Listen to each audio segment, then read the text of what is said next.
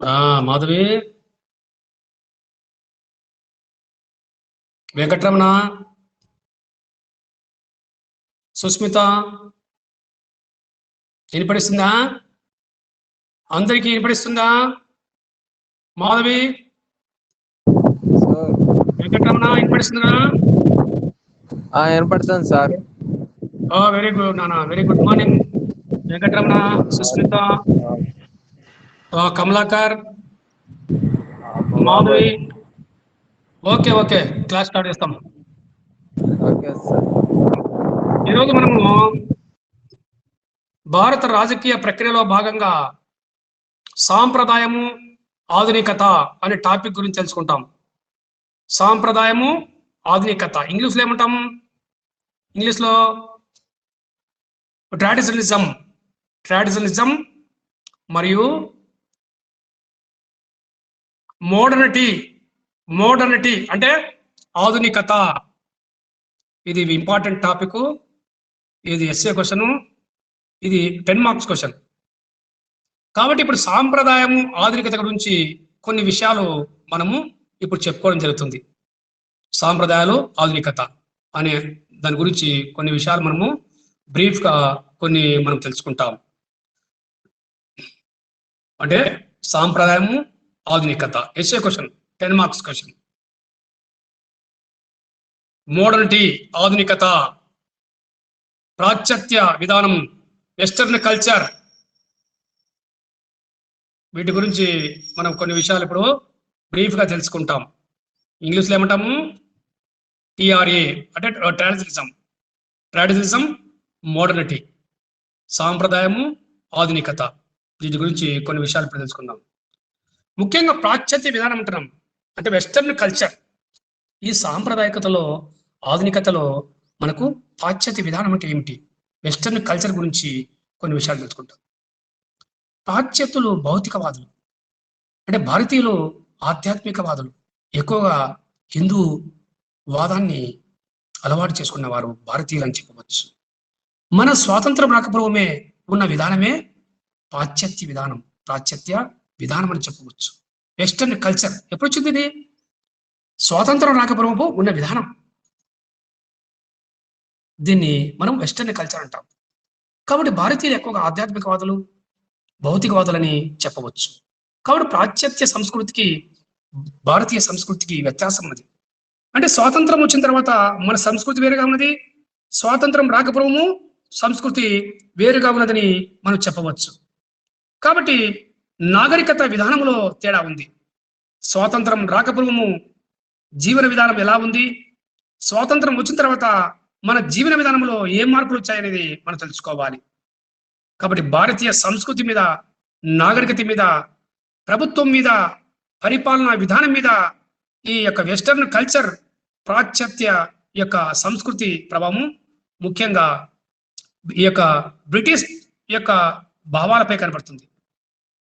అంటే బ్రిటిష్ యొక్క సాంప్రదాయం మనకు కొన్ని విధానాలు ఇప్పుడు కూడా అనుభవిస్తున్నారు, అమలు చేస్తున్నారు. 1935లో స్వాతంత్రం రాకపూర్వమే మనకు బెంటింగ్ ఆంగ్ల విద్యా విధానం ప్రవేశపెట్టాడు. ఆంగ్లేయులు ఆంగ్ల భాషను జాతీయ భాషగా వాళ్ళు భావించారు. పాశ్చాత్య విద్యను వ్యాప్తి చేయడంలో బ్రిటిష్ యొక్క సంస్థలు, మిషనరీ సంస్థలు, క్రైస్తవ సంస్థలు ప్రముఖ పాత్ర వహించాయని చెప్పవచ్చు. దీనివల్ల అనేక మంది భారతీయులు పాశ్చాత్య సంస్కృతి పట్ల ఆకర్షణ కావడం జరిగిందని చెప్పవచ్చు. కాబట్టి ఆంగ్ల భాషను చాలా మంది నేర్చుకున్నారు. అప్పుడు స్వాతంత్రం రాకపూర్వమే ఆంగ్ల భాషను చాలా మంది నేర్చుకున్నారని చెప్పవచ్చు. కానీ ప్రతి చోట ఇంగ్లీష్ మాట్లాడడం తప్పనిసరిగా ఈ యొక్క పాశ్చాత్య విధానంలో కనపడింది. కానీ భారతీయులు పాశ్చాత్య సంస్కృతి పట్ల ఆకర్షితులు కావడం జరిగింది. ఆంగ్ల భాషను చాలా వరకు నేర్చుకున్నారని చెప్పవచ్చు. ఒక విధంగా ఆంగ్ల భాష భారతీయులను ఏకం చేయడంకు ఉపయోగపడిందని చెప్పవచ్చు. కాబట్టి నేడు ప్రతి చోట చూడండి ఇంగ్లీషు మాట్లాడడం తప్పనిసరిగా భావించి జరుగుతుంది. ఆధునిక రాజ్యాలలో, ముఖ్యంగా ప్రజాస్వామ్య రాజ్యాలలో, మన భారతదేశం లాంటి అమెరికాలో కూడా ఇంగ్లీషు చాలా వరకు తప్పనిసరిగా చేస్తున్నారు. ప్రజా సంబంధమైన వృత్తి ఉద్యోగాల్లో, సాఫ్ట్వేర్ రంగాలలో ముఖ్యంగా ఇంగ్లీష్ విద్యకు అధిక ప్రాధాన్యత ఇస్తున్నారు. ఈరోజు మౌఖిక పరీక్షలు, ఎగ్జామినేషన్ సిస్టమ్, నూతన ఎడ్యుకేషన్ పాలసీ 2020 చూస్తే రాబో కాలంలో ఆంగ్ల విద్య ప్రాధాన్యం పెరుగుతుందని చెప్పి చెప్పవచ్చు. అనేక మార్పులు రావడం జరిగింది. కాబట్టి ఆ రోజే ఇంగ్లీష్ విద్యకు అధిక ప్రాధాన్యత ఈ యొక్క బ్రిటిష్ కాలంలో ఇవ్వడం జరిగింది. కాబట్టి పాశ్చాత్య యొక్క తత్వశాస్త్రము, తర్వాత శాస్త్ర విజ్ఞానము, ఆర్థిక శాస్త్రము, లిటరేచర్, హిస్టరీ మొదలు వాటిని నిర్బంధంగా ప్రవేశపెట్టడం జరిగింది. కాబట్టి దీంతో సమాజం నందు ప్రాచీన భారతీయ యొక్క విధానము ఈ పద్ధతి నుంచి విడిపోయి పాశ్చాత్య పద్ధతిలో ఆలోచించే వారితో కూడిన సాక్షరత ఒక విభాగం ఏర్పడిందని చెప్పవచ్చు. కాబట్టి భారతీయ సమాజంలో అక్షరాస్యులకు ఈ యొక్క నిరక్షరాస్యులకు మధ్య పెద్ద అగాధం ఏర్పడింది. స్వాతంత్రం వచ్చిన తర్వాత దాదాపు ఈ యొక్క నిరక్షరాస్యత బాగా పెరిగిపోయింది. కొంతమంది కష్టపడి ఇంగ్లీష్ ఆంగ్లం ఎదుగుతున్నారు, చాలా మందికి ఇంగ్లీషు రాదు. కాబట్టి ఈ అగాధం ఏర్పడడం వలన పాశ్చాత్య బోధనావి యొక్క దానివలన మధ్యతరగతి యొక్క కుటుంబాలకు మధ్య కొత్త వర్గం ఏర్పడింది. కాబట్టి చాలా మంది ఇంగ్లీష్ నేర్చుకున్నారు, సగం మంది సగం నేర్చుకోలేదు, అట్లాగే ఉండిపోయారు. స్వాతంత్రం వచ్చిన తర్వాత కూడా చాలా రాష్ట్రాల్లో ఇంగ్లీషు మాట్లాడడం జరిగింది. తర్వాత ప్రాంతీయ భాషను ఎక్కువగా ఇష్టపడడం జరిగింది. ఆంధ్రప్రదేశ్, తమిళనాడు, మహారాష్ట్ర, జమ్మూ కాశ్మీర్, తర్వాత గుజరాత్, బీహార్, వెస్ట్ బెంగాల్, తర్వాత నాగాలాండ్, ఇలా రకరకాలుగా అనేక ప్రాంతీయ భాషలు మక్కువ చూపి వాళ్ళు ప్రాంత ఆ యొక్క భాషాభిమానంతో చాలా మంది కొన్ని రాష్ట్రాల్లో ఇంగ్లీష్ను నేర్చుకోవడం జరిగింది. నాగాలాండ్లో ఇంగ్లీష్ అధికార భాషగా ఉంది. ఇక ఉర్దూ అధికార భాష జమ్మూ కాశ్మీర్, ఉర్దూ, తర్వాత హిందీ అధికార భాషగా ప్రవేశపెట్టింది భారతదేశంలో. ఇలా రకరకాలుగా జరిగింది. కాబట్టి కొంత పాశ్చాత్య యొక్క సంస్కృతి పట్ల అభిమానం పెంచుకున్నారు. పాశ్చాత్య విధానాలను దైనందిన జీవిత విధానంలో మార్చుకుంటున్నారు. వస్త్రధారణలో మార్పులు వచ్చాయి. ఆహార అలవాట్లలో పాశ్చాత్య యొక్క విధానాన్ని రూపొంచుకున్నారు. కాబట్టి సాంప్రదాయ యొక్క వస్త్రధారణ చాలా మంది మార్చుకున్నారు. తర్వాత ఆహార అలవాట్లు కూడా స్వాతంత్రం వచ్చిన తర్వాత కొంతమంది ఆ యొక్క స్వాతంత్రం రాకపూర్వం ఉన్న ఆ యొక్క ఆహార అలవాట్లే పాటిస్తున్నారు. భారతీయులు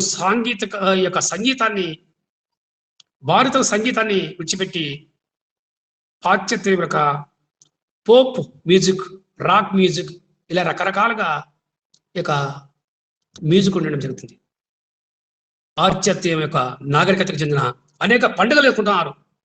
వాలెన్స్ డే అంటారు, ఈ యొక్క శ్రీ డే అంటారు, ఈ యొక్క అంతర్జాతీయ ఉమెన్స్ డే, ఇంటర్నేషనల్ ఈ యొక్క అంతర్జాతీయ మహిళా దినోత్సవం, రకరకాల పద్ధతులు మామూలుగా ఉపయోగిస్తున్నారు.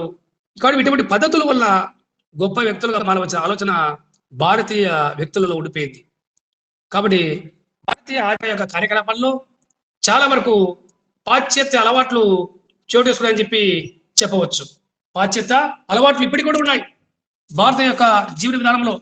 స్వాతంత్రం వచ్చిన తర్వాత కొంతమంది స్వాతంత్రం రాకపోవడం ఉన్న అలవాట్లనే ఇప్పటికీ పాటిస్తారని చెప్పి చెప్పవచ్చు. కాబట్టి ఈ విధంగా రకరకాలుగా వెస్టర్న్ కల్చర్లో ఆ జీవన విధానాన్ని స్వాతంత్రం వచ్చిన తర్వాత చాలా మంది అలాగే ఆ యొక్క జీవన విధానంలో, ఆహార అలవాట్లలో, తర్వాత ఈ యొక్క కొన్ని ఉత్సవాలు, కొన్ని పండుగలు ఆ పాశ్చాత్య యొక్క విధానంలోనే అవన్నీ కూడా ఇప్పుడు కూడా అనిపిస్తున్నారు. నాగరిక జీవన విధానంలో మార్పు వచ్చింది. అయినా కొన్ని పాత పద్ధతులు, పాత ఆచారాలు ఇప్పటికి కూడా భారతదేశంలో వచ్చారు. కాబట్టి పాశ్చాత్య విద్య అభ్యసించి నాటి హిందూ సమాజంను సంస్కరించడానికి అనేక మంది నడుము కట్టిరి. స్వాతంత్రం రాకపూర్వమే ఎంతో మంది హిందూ సంస్కరణవాదులు రావడం జరిగింది. సాంఘిక మూఢాచారాలను రూపమాపాలని చెప్పి ఎంతో మంది హిందూ జాతీయవాదులు మార్పు రావడం జరిగింది. అందులో రాజారామ్మోహన్ రాయ్, భారతీయ పునరుజ్జీవన పితామహుడు రాజారామ్మోహన్ రాయ్ రావడం జరిగింది. బ్రహ్మ సమాజం స్థాపించి ముఖ్యంగా అనేక మార్పులు తీసుకురావడం జరిగింది. కందుకూరి వీరేశలింగం పంతులు ఆనాటి దురాచార లను రూపమొబడకు నడిమి కొట్టారు. స్వామి వివేకానంద హిందూ ఆధ్యాత్మికవాదాన్ని సమాజంలో చెప్పిన వ్యక్తి స్వామి వివేకానంద. దయానంద సరస్వతి సాంఘిక ఆచారములను దురాచారాలను రూపములకు శక్తివంతం లేకుండా కృషి చేశారని చెప్పవచ్చు. వ్యవస్థ, సతీ సహగమనం మొదలగు వాటిపై అనేక మంది హిందూవాదులు, సంస్కరణవాదులు అనేక మార్పులు తీసుకురావడానికి సమాజం సంస్కరించారని చెప్పి మనం స్పష్టంగా చెప్పవచ్చు. కాబట్టి పాశ్చాత్య ప్రభావంలో మనకు బ్రహ్మ సమాజం ఏకేశ్వరపను నొక్కి చెప్పింది. అత్యున్నతమైంది మనకు సాంఘిక సంస్కరణలలో బ్రహ్మ సమాజం ముఖ్యమైనదని చెప్పి చెప్పవచ్చు. పండిత రమాబాయి మహిళల స్వేచ్ఛకు, మహిళల స్వాతంత్రానికి మొట్టమొదట భారతదేశంలోనే పండిత రమాబాయి నడుము పడిందని చెప్పి చెప్పవచ్చు. భారతీయ మహిళా జీవన విధానంలో మార్పులు రావడం జరిగింది. ఆర్య సమాజం హిందువులను మేల్కొల్పిందని చెప్పి చెప్పవచ్చు. కాబట్టి పాశ్చాత్య ప్రభావం వల్ల అనేక రంగాలలో ఒకే అర్హత ఉన్న స్త్రీ పురుషులకు సమాన అవకాశం ఇవ్వాలని చెప్పి ఆ యొక్క భావన రావడం జరిగింది. పాశ్చాత్య యొక్క భావాల వలన, ఆధునిక సౌకర్యాలన కంది తపాలా వ్యవస్థ, రైల్వే మెరుగుపడింది అని చెప్పి చెప్పవచ్చు. స్వాతంత్రం రాకపూర్వము 2 రంగాలు అత్యున్నత దశలో ఉన్నాయని చెప్పుకోవచ్చు. ఒకటి కంది తపాలా వ్యవస్థ.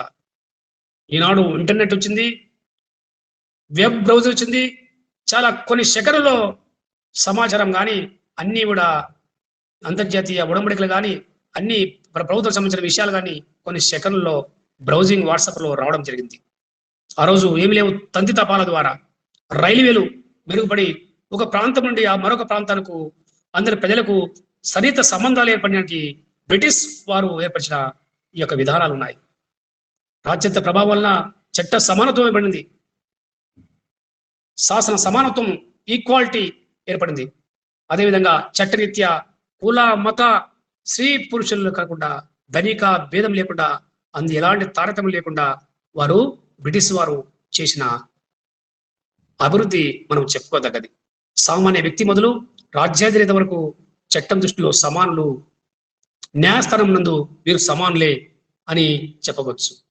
కాబట్టి పాశ్చాత్య యొక్క భావాలు చూస్తే మన దేశమున స్వాతంత్రం వచ్చిన తర్వాత సాంకేతిక పరిజ్ఞానం పెరిగింది.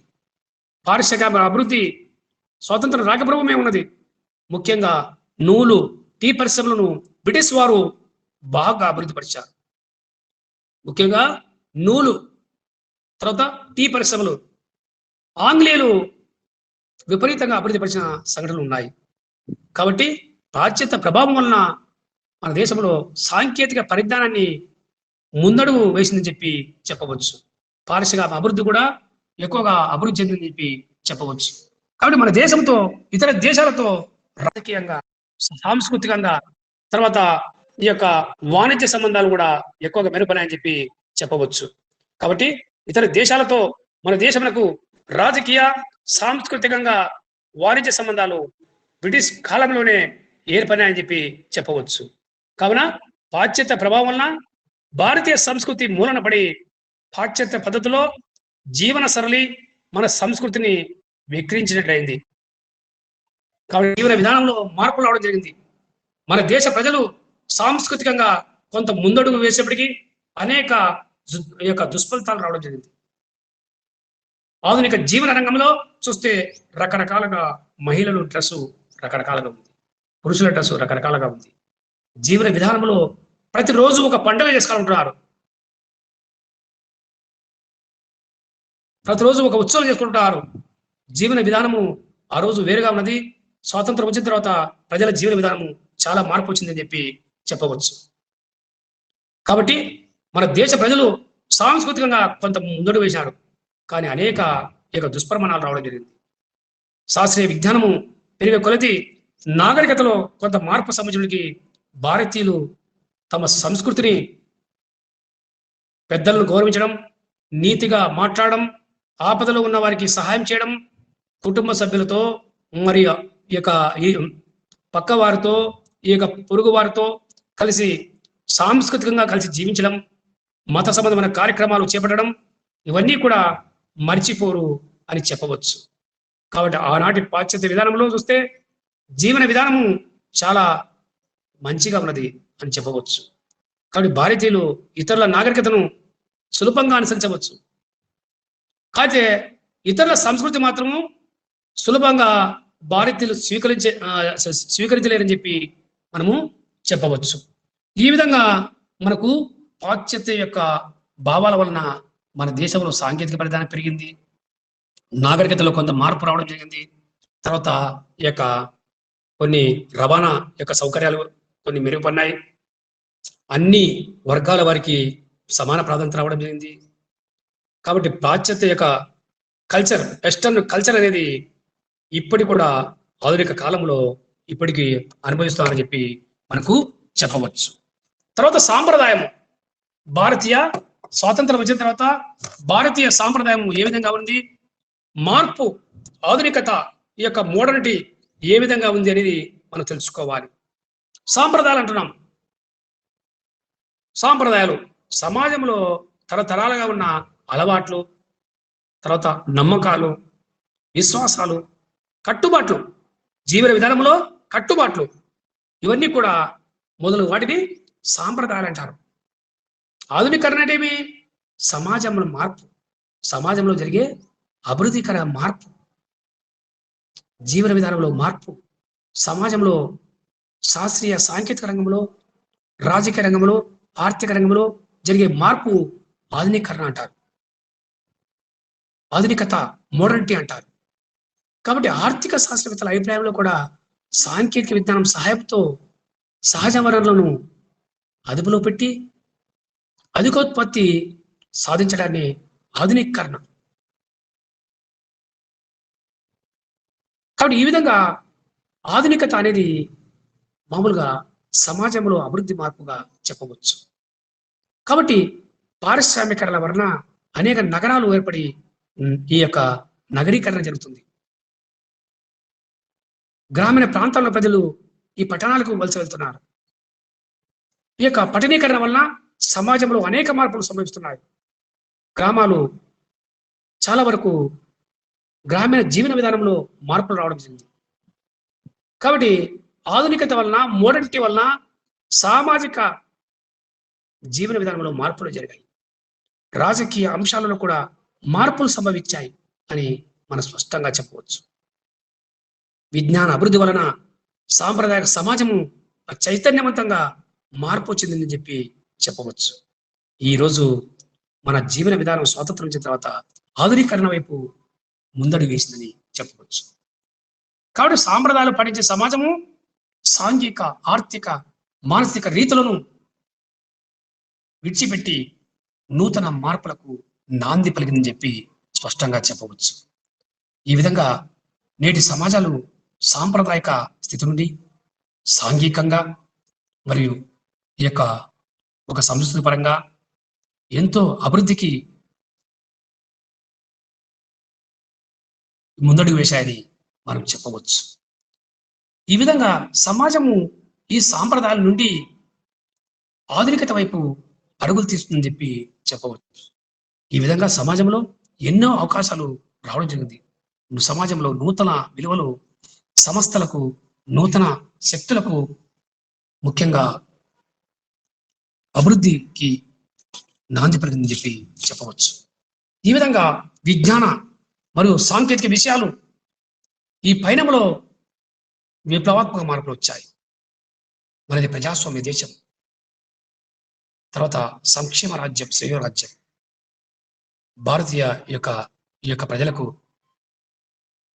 అన్ని రంగాల్లో ఉపాధి అవకాశాలు కల్పించడం, పేదవారికి నివాసం ఏర్పరచడం, అక్షరాస్యతను లేకుండా చేయడం, అక్షరాస్యత కలిగిన దేశం ఉండడం,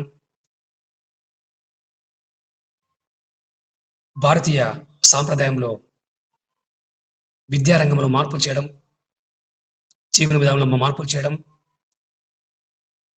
తర్వాత శాస్త్ర సాంకేతిక రంగాల్లో మార్పులు, స్వాతంత్రం వచ్చిన తర్వాత ఎన్నో జరిగినాయి అని చెప్పవచ్చు.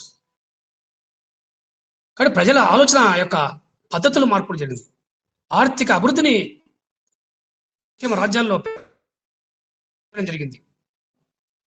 రాజకీయ వ్యవస్థలో మార్పులు వచ్చాయి. ఈ ప్రభుత్వాధినేతలు ప్రత్యక్షంగా ఈ ప్రజలు ఎన్నుకుంటున్నారు. ఓటింగ్ ద్వారా ఎన్నుకుంటున్నారు. నచ్చిన వ్యక్తిని ఎన్నుకుంటున్నారు ప్రజలు. నచ్చకుంటే వాళ్ళని ప్రభుత్వం నుంచి గద్దె దింపుతున్నారు ప్రజలు. కాబట్టి ఆలోచన విధానంలో మార్పులు వచ్చాయి, ఆర్థిక విధానం మార్పు వచ్చాయి, రాజకీయ వ్యవస్థలో మార్పులు వచ్చాయి.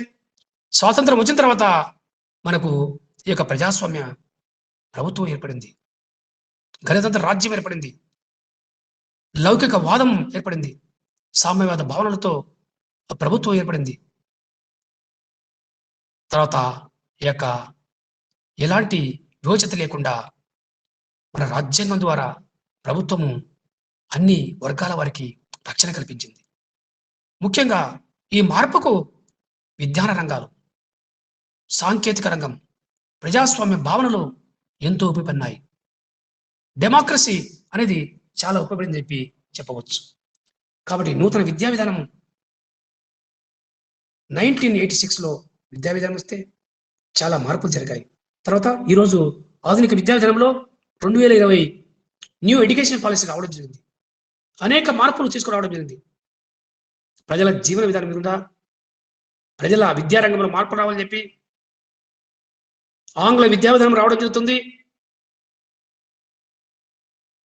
కాబట్టి ఈ మార్పుకు ముఖ్యంగా విజ్ఞాన, సాంకేతిక, ప్రజాస్వామ్య భావనలు అని చెప్పి మనకు చెప్పవచ్చు. కాబట్టి నూతనంగా విద్య, తర్వాత చట్టము అందరికీ చట్టం ఒకే రకంగా ఉంటుంది.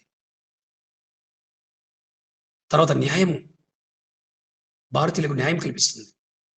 పారిశ్రామిక, వ్యాపార, ఆరోగ్య, ఔషధ, రవాణా, ప్రసార సంబంధ సంస్థలు ఏర్పడినాయి, పారిశ్రామిక సంస్థలు ఏర్పడినాయి, స్వతంత్ర ప్రతిపత్తి న్యాయ వ్యవస్థ ఏర్పడింది, చట్టాన్ని ఏర్పరిచిన శాసనసభ, తర్వాత కార్మిక శాఖ ఏర్పడినాయి,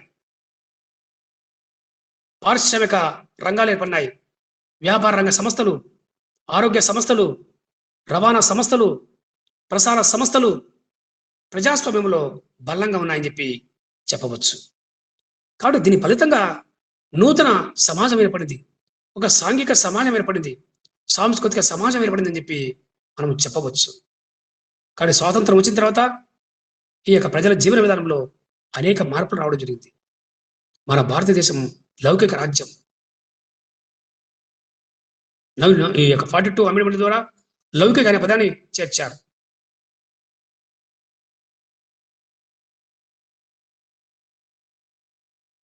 కాబట్టి భారత రాజ్యాంగము అన్ని వర్గాల వారికి సాంఘిక న్యాయము, ఆర్థిక న్యాయము, సామాజిక న్యాయము కల్పించిందని చెప్పి మనం స్పష్టంగా చెప్పవచ్చు.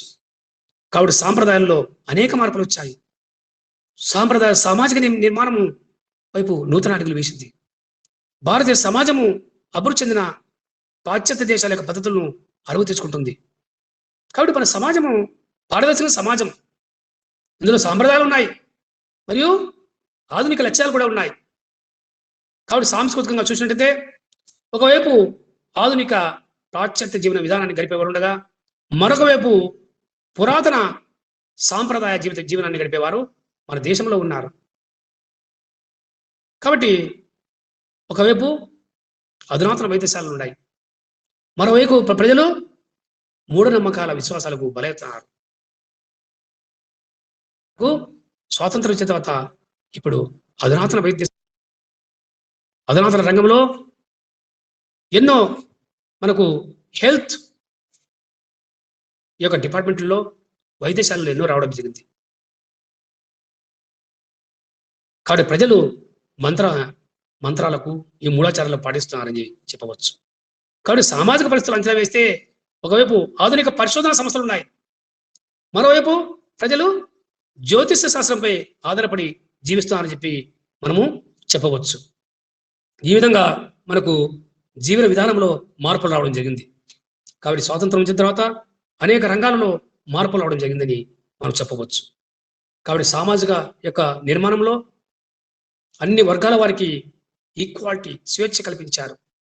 తర్వాత స్వాతంత్రం తర్వాత ఈ యొక్క సమానత్వం కల్పించారు. సామాజిక న్యాయము భారతీయ సమాజంలో ఉందని చెప్పి మనం చెప్పవచ్చు.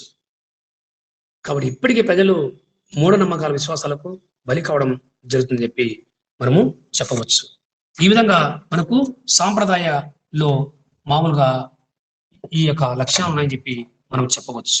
తర్వాత ఆధునికతలో ఏమైనా మార్పులు ఉన్నాయంటే ఈ యొక్క ఆధునికత కూడా మోడర్నిటీలో కొన్ని మార్పులు ఉన్నాయి. భారతదేశంలో నేటికి కొన్ని ప్రాచీన సాంప్రదాయాలు కొనసాగుతున్నాయి అని చెప్పవచ్చు. విద్యా విధానంలో ఈ యొక్క వైదిక సాంప్రదాయాలు ఇప్పటికీ ఉన్నాయి.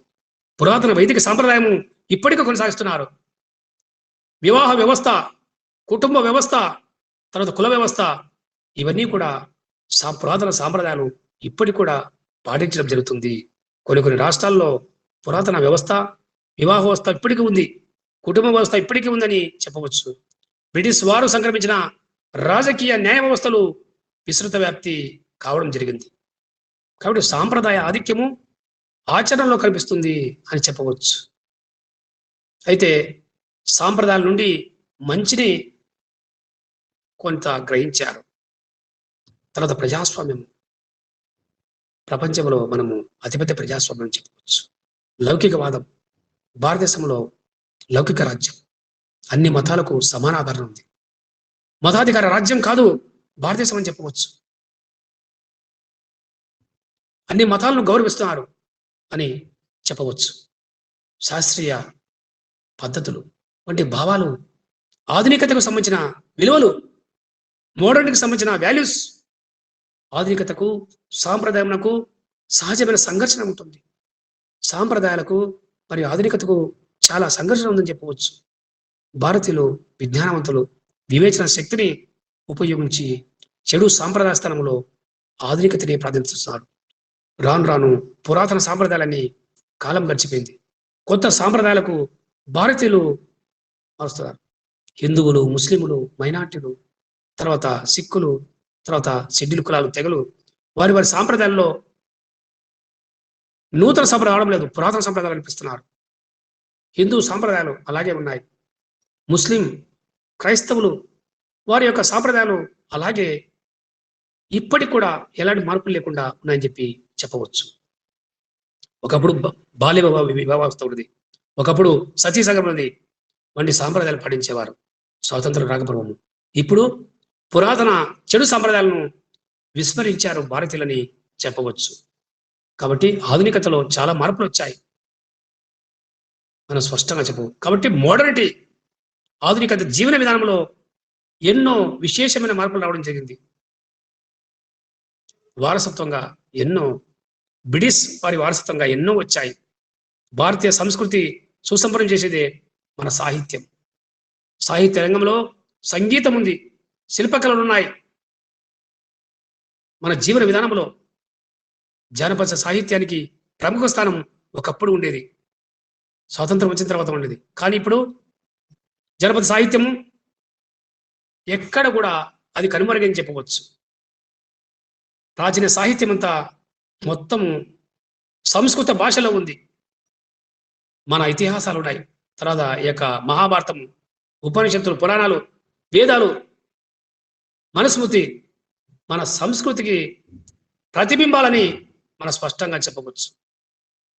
కాబట్టి మన జీవిత మర్మం అంతా ఈ మహా గ్రంథాలతో ఉందని చెప్పవచ్చు. మహాభారతం, రామాయణం, ముస్లింలలో ఖురాన్, క్రైస్తవులలో బైబిల్, ఇలా రకరకాలుగా ప్రసిద్ధమైన గ్రంథాలు ఉన్నాయి. వారి వారి జీవన విధానానికి కావలసిన ఎన్నో ఇవన్నీ కూడా సంస్కృతి ప్రతిబింబాలని చెప్పవచ్చు. అన్ని కూడా మహాగ్రంథాలలో ఇమిడి ఉంది. కాబట్టి ఆధునిక లౌకికవాదులు ఈ యొక్క రచనలో మౌలిక విలువలను మాత్రమే వారు గ్రహిస్తారని చెప్పవచ్చు. కాబట్టి సాంప్రదాయాల్లో మంచిని గ్రహించాలి. బ్రిటిష్ సాంప్రదాయాలు ఇప్పటికీ కొన్నిసార్లు ఉన్నాయి, కొన్ని లేవు. కాబట్టి సాంప్రదాయాల్లో మంచిని గ్రహించాలి, ఈ చెడును విస్మరించాలని చెప్పడం జరిగింది. ఈ విధంగా మనకు సాంప్రదాయక విలువలు ఆధునికతకు ఎంతో ఉపయోగపడతాయి. ఈ యొక్క మోడర్నిటీ వ్యవస్థకు ఎంతో ఉపయోగపడతాయి. కాబట్టి ఆధునీకరణను పెంపొందించడంలో మనకు సాంప్రదాయాలు ముఖ్యమైన పాత్ర వహిస్తాయని చెప్పవచ్చు. కాబట్టి భిన్నత్వంలో ఏకత్వంలో ప్రజలు ఉన్నారు భారతదేశంలో. మన భారత ప్రభుత్వము రాజ్యాంగబద్ధము, రాజ్యాంగం యొక్క చట్టం ద్వారా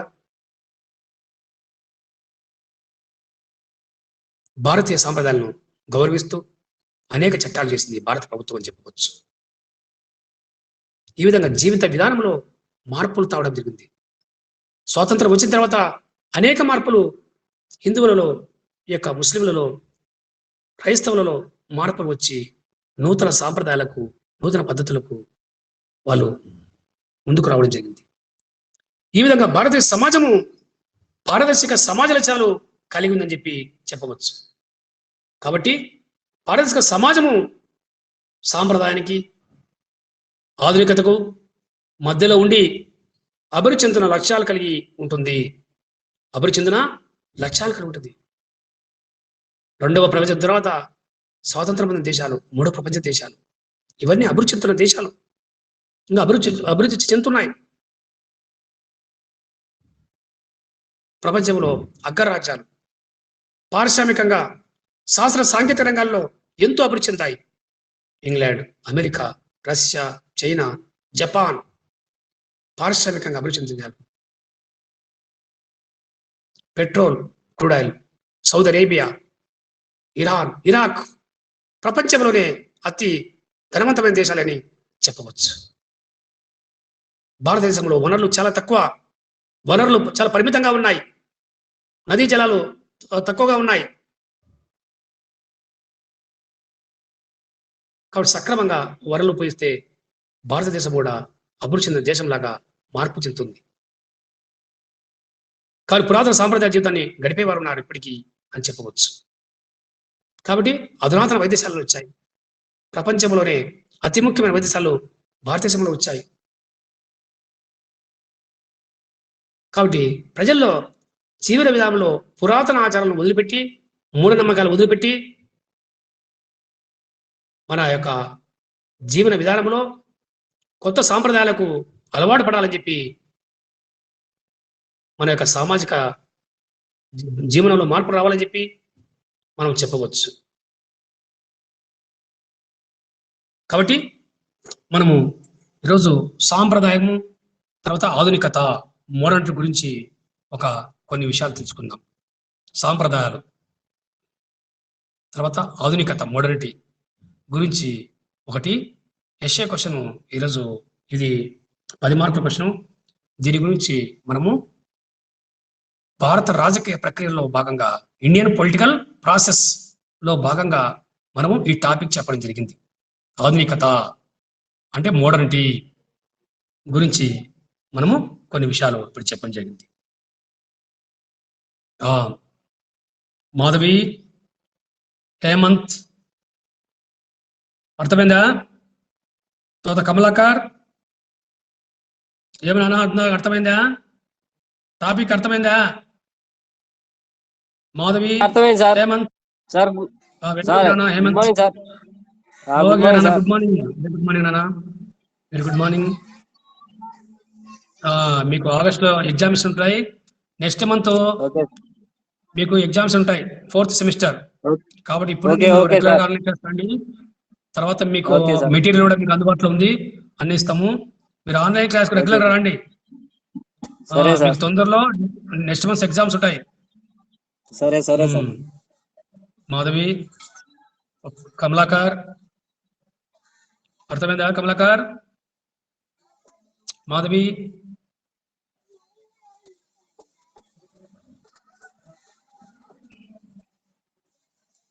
హేమంత్ సార్, ఓకేనా? Okay Hemant, okay.